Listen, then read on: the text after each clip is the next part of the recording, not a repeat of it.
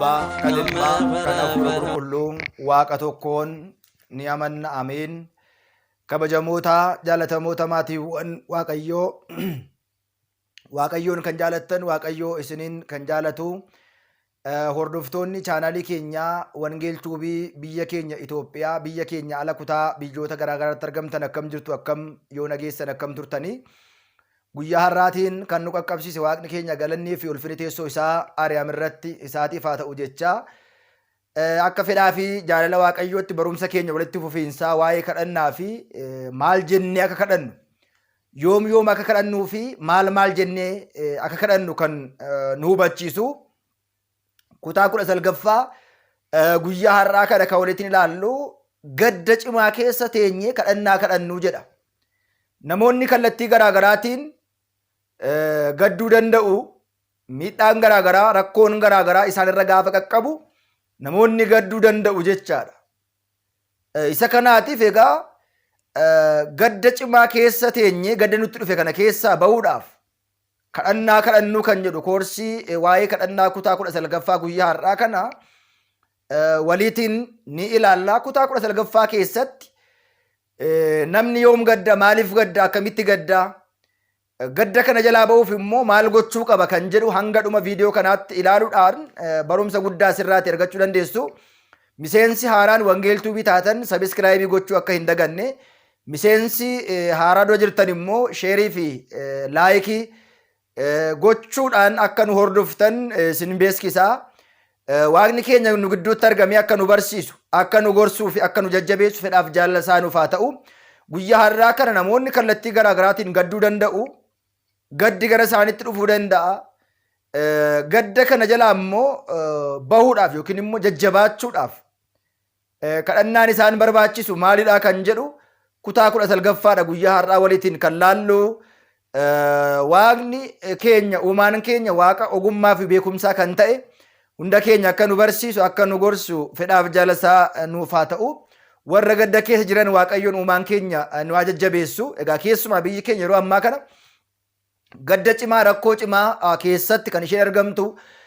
Warreen kallattii garaagaraatiin gaddi mana isaanii seenee gaddaa jiran, gadda keessatti kufanii jiran, Waaqayyoon isaan haa yaadatu, Waaqayyoon isaan haa maaru jechuudhaan gara barnoota keenya guyyaa har'aatti ni dabarra. Kutaa 19ffaa keessatti egaa gaddi akkamitti dhufaa, keessumaa immoo gadda keessaa immoo gadda cimaa kan jedhamu boquu kan nama bulchu yookiin immoo mataa gadi kan nama qabsiisu kan akkamitti kadhannaa gaafa jedhu kutaan 19ffaa barumsa guddaa asirraatti kan argannu.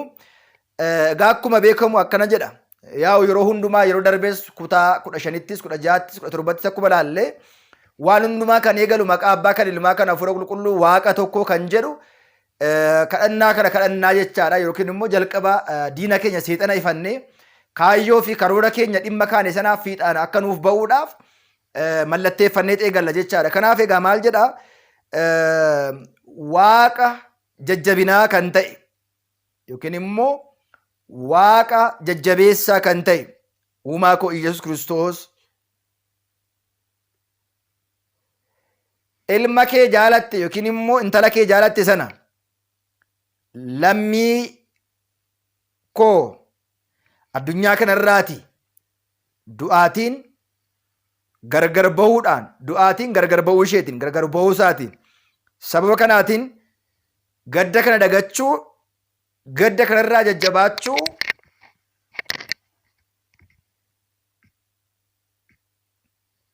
akkaataan hin dandeenyeen gaddi cimaan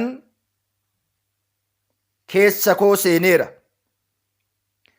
Gadda na quunname kanaatiin irraa kan ka'e irraatiin boquun koo gadi jedhe.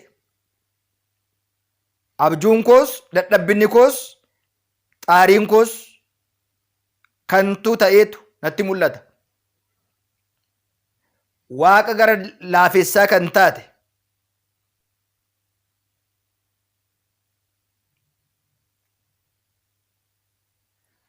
naquun nama jedhee sirumallee kanan hin yaadne, karaa ani yaaduu hin dandeenye,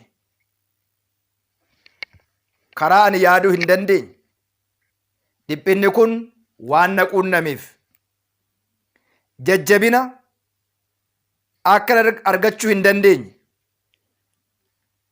Ciisichi koos gaddaan boo'ichaatiin laafeera. Jireessi jajjabina hin arganne, keessumaa immoo gadda dadhabina gadda koo dadhabaa ta'e kanaatiin guyyaan halkan natti ta'e jajjabina argachuu hin dandeenye. Fuulli koos boo'icharraa kan ka'e gurraacha'e, gadda koorraas kan ka'e natti ulfaate. Keessi koos baay'ee gaddeera. Hunduma kan dandeessu yaa Waaqayyo, si biratti kanan dhabe kan ittiin argadhu, kanan gadde kan ittiin gammadu naaf kenni. Mana Maariyaam faatti boleessa isaanii kan ta'e Alaazaariin sababa inni du'eetiin gadda mo'atee ture sana, boo'icha mo'atee ture sana, atis achitti argamtee akkuma isaaniin jajjabeessite. Gadda koo kanas ilaali. Dhiphina kana keessaas na baasi. Rakkoo kana naaf dhabamsiisi. Yaa gooftaa ko, kan na jalaa boqote lubbuu fira koo, buleessa koo, abbaa koo, haadha koo jechuu dandeenya. Akkuma gaddi si qaqqabetti. Kana bakka Abrahaamii fi Yaaqoobiif boqochiisi. Sababa amantiitiin qabsuudha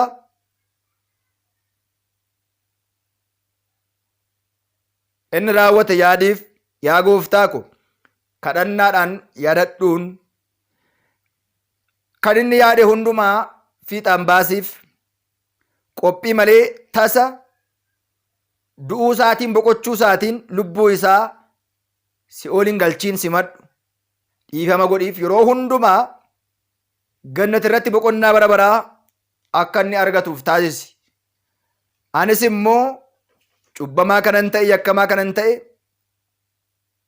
du'uun koo waan hin hafneef beekee karaa qajeelummaa irra kan deemu siif fuula koo nan laadha. Atis immoo eenyummaa koo ni beekta. Amantiidhaan, hojii amantiitiin na jajjabeessi. Xumura bara koo naaf milkeessi.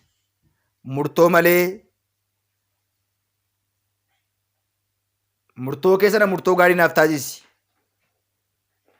Ilmi kee, intalli kee mootummaa kee akka dhaaluuf jecha eebbaatiin natti ijaari hanga bara baraatti. Bakka dhiphinaaf gidiraa sana keessaatii na haguugi, nagaan na jiraachisi jechuudhaan kadhannaan kun isa du'eefis isa jiruufis kadhatamaa jechaadha. Asirratti wanti baramuu qabu, warri jiran isa du'eef, inni du'e immoo isa jiruuf ni kadhata. Egaa akkuma beekamu namni kallattii garaa garaatiin gadduu danda'a. Dhabuudhaan gadduu danda'a. Dhibamuu isaatiin gadduu danda'a. Firri jaraa boqochuu isaatiin gadduu danda'a. Namoonni waan irratti qaqqabsiisan ilaalee namni gadduu danda'a. Kallattii garaa garaatiin namoonni ni gadduu jechaadha. Keessumaa immoo gadda laphee namaa cabsu yookiin immoo gadda jajjabina nama dhowwu kan jedhu. Fakkeenyaatiif Wangeela Yohaannis boqonnaa 11 gubbaa irratti mandara Biitaaniyaatii Alaazaar kan jedhamu Waaqayyoon kan jaalatu, Waaqayyoos isa kan jaalatu boqotee ture jedha. Obbolaansaa Maariyaamii fi Maartaan baay'ee gaddani. Gaddi kun gadda baay'ee laphee namaa cabsu ture jedha. Namni jaalannu fooniin nu biraati gaafa boqotu, nu biraati gaafa gargar bahu, obboleessi yookiin immoo firri yookiin immoo lammiin jaalannu nurraati gaafa fagaatu yookiin immoo gaafa inni nurraa gargar ba'u du'aan ni gaddinaa jechaadha. Maaliif nama kana waan jaalannuudhaaf. Akka jaalalaatiif namni jaalannu otoo nu jalaa boqochuu baate, namni jaalannu otoo nurraa fagaachuu baate fedha hunda keenyaatii jechaadha. Garuu Waaqayyo jalqabumaa Addaamin gaafa uumu Addaam mareeta ante wati gabbuusta mareet, Addaamati biyyoodha, biyyootti deebitaa, lubbuun kee gara abbaa ishiitti ol ni baati.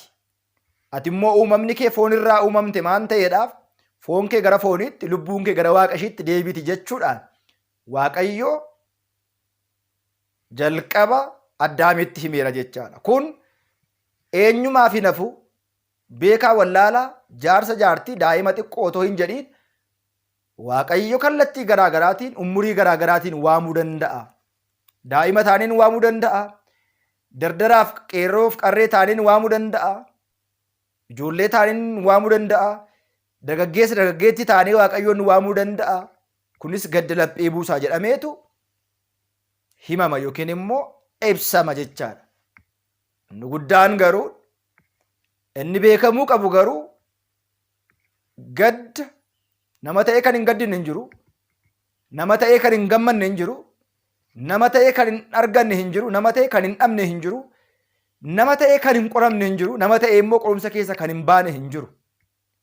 Wanti hundumtu obsaan booda, baraan booda, cimina keenyaan booda kan nuuf laatamu, kan nuuf taasisamu ta'uusaa beekuun, hubachuun, arguun, baruun dirqamaa fi dirqama keenyaa jechaadha. Kana yoo beekne egaa gadda keettis Waaqayyoon galateeffachuu beekuun dirqama ta'a. Akkuma gammachuu keetti Waaqayyoon galateeffannu, akka safaarfannu, yeroo argannu, yeroo nuuf guutetti galata kee yaa Waaqayyo jennee akka isa galata laannuuf qorumsa keessattis, gidiraa keessattis, dhabuu keessattis, argachuu keessattis, haala mijataa keessattis, haala hin mijanne keessattis kana beeknee deddeebi'uun, hubachuun, ilaaluun, yaaduun dirqamaa fi dirqama kiristaana tokkootii jechaadha. Kana beeknee yoo deemne gadda jiru fakkeenyaatiif macaafa Nagasisa duraa boqonnaa 13 kanarra yoo ilaallu Daawit yeroo tokko mucaan isaa jalaa dhibamee jedha. Hanga du'aatti qaqqabee jedha. Ni gaddee jedha. Ni boo'ee jedha. Ni watwaatee jedha. Uffata kabajaa isaa lafa kaa'ee jedha. Teessoo mootummaa isaa irraa bu'eetu daaraa mataarratti naqateeti kufee waaqa isaa kadhachuu eegalee jedha. Daawit egaa kallattii inni ittiin daa'ima kana argate gaarii ta'uu yoo baatu iyyuu abbaa warraa irraa ejjeesee haadha warraa kana fuudhee daa'ima irraa dhalchu iyyuu daa'imti kun jalaa dhibamnaan Daawit gaddee jedha. Haa ta'u malee fedha Waaqayyoo ta'ee daa'imti isaa sun ooluufii hin dandeenye jalaatii boqotee jedha. Innis maal godhe? Egaa Waaqayyoon naa kenne Waaqayyootu fudhate. Ani immoo gara isaan deema, inni gara koo hin dhufu waan ta'eedhaaf uffata kabajaa koo naaf fidaa, qaama koos na dhiqaa, lafa kabajaa kootti na deebisaa, nyaatas naa laadhaa jedhe. Asirratti beekuu kan qabnu keessuma namni baay'een gaafa namni du'ee awwaalamee uffata gurraacha uffatee mataa isaa haaddatee boo'ee gaddee dhiphata. Namaaf boo'uu kan qabnu otoo lubbuun jiruuti. Namaaf gadduu kan qabnu otoo inni dhibamee jiruuti. Otoo rakkatee jiruuti. Otoo inni qullaasaa taa'ee jiruuti malee erga du'een booda boo'uufi faayidaa hin qabu. Namaaf otoo jiruu boo'uu, otoo jiruu gargaaruufi, otoo jiruu gadduufi malee gaafa du'e yoo gaddineef nama kana hin fayyadnu jechaadha.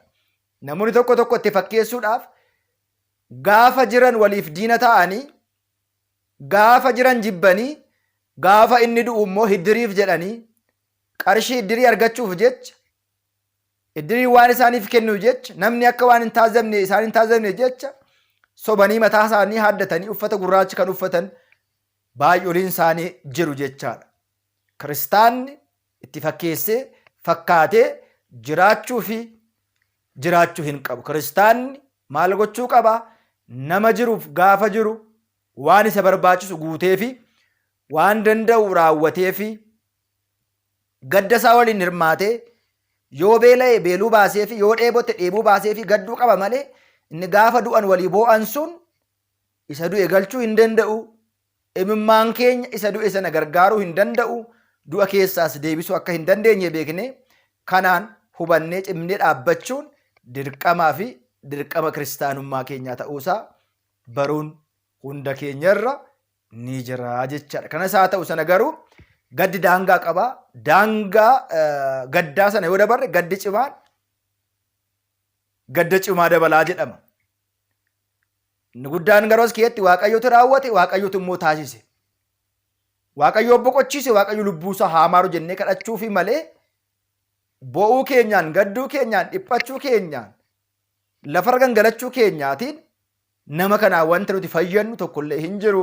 Gaafa jiru waliif bo'uu, gaafa jiru waliif gadduu, gaafa jiru wal gargaaru, gaafa jiru waan gaarii ta'e waliif raawwachuun dirqama keenyaa ta'a jechaadha. Egaa kutaanii 18ffaa 19ffaa bifa kanaatiin kanadha. Gadda cimaa keessa teenye kadhannuu kan jedhudha. Kutaan 18ffaa immoo warra hamaa nurratti yaadaniif hamaa raawwatan irraa jalaa ba'uudha. Kadhannuu kan jedhu kutaan 18ffaa 19ffaan immoo kadhannaa gadda cimaa keessa teenye gara Waaqayyootti kadhannuu kan jedhudha.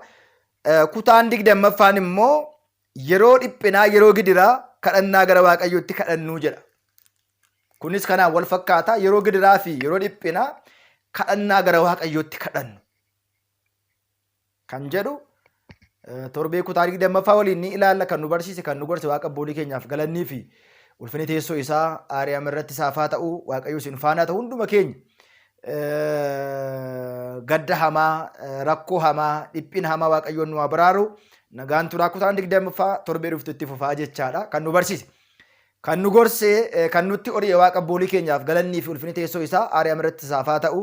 Waan nu dhaggeeffataniif guddaa galatooma. Waaqayyo isin faana haa ta'u.